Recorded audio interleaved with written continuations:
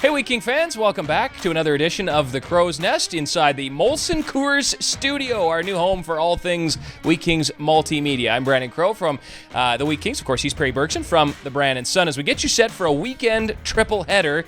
And certainly, I liked your line in Sunday's paper recapping the weekend. The best part about the weekend was that it was over, and a great chance this week for the Wheat Kings to hit the reset button, and certainly they needed a short memory here heading into this weekend. It seemed like a mismatch going into the weekend because Winnipeg essentially brought its team back from the hub. They were healthy. Everybody was there. Branden was just so young. They have 4 or 5 guys who actually had ever played in Winnipeg before, and they just missed one season. So, that was a very youthful team. But there are some reinforcements on the way. Mason Ward, who you talked to today after practice, he's back from Detroit Red Wings camp. He's healthy after a bit of an injury bug hit him there. He's ready to go. Now he, despite his size at 6'5", also brings a really important intangible in just general experience on that back end. I think what they need is to do a little less chasing around and maybe just have that stable force in the middle. He's a big body.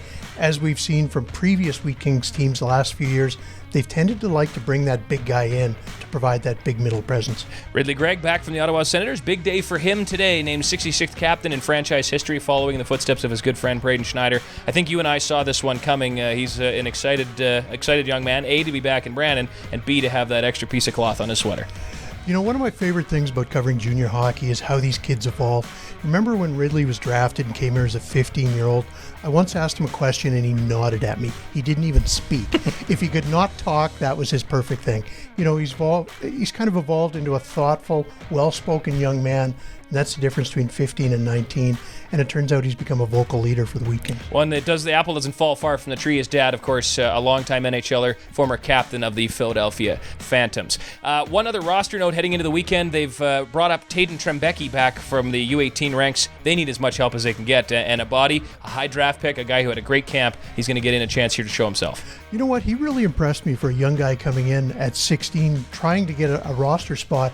He was physical. He was around the puck a lot. He seemed to make a lot of smart decisions. He's a good young player. That's one to watch out for when he's 18, 19. It's the Prince Albert Raiders at 7 o'clock. Tickets on sale at the Keystone Center box office.